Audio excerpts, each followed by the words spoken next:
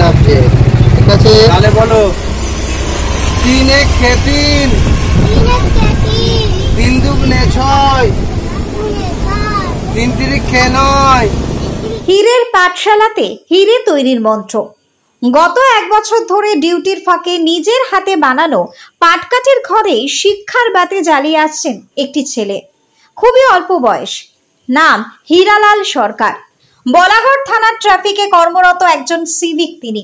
নিম্ন মধ্যবিত্ত পরিবার থেকে উঠে আসা ছেলেটির স্বপ্ন যে নাটাগড়ের আশেপাশের সমস্ত অধিবাসী ছেলে মেয়েদেরকে সে মানুষ করবে, দরকার পড়লে নিজে পড়াবে।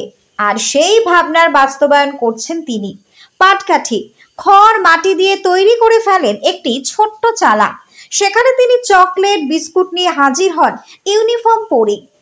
দলে দলে ছোট্ট বাচ্চারা যোগ দেয় সেই হীরার পাঠশালায়। একজন সিভিকের চাকরি করে তার যে মহান প্রয়াস তা সকলের কাছে দৃষ্টান্ত স্বরূপ। সৎ ইচ্ছে থাকলে কোনো বাধাই আটকে থাকে না। আর তার জলজ্যান্ত প্রমাণ হচ্ছে হীরালাল সরকার। একই সঙ্গে সমস্ত পুলিশ কর্মীদেরও গর্ব তিনি। ব্যুরো রিপোর্ট, নিউজ বঙ্গ টাইম।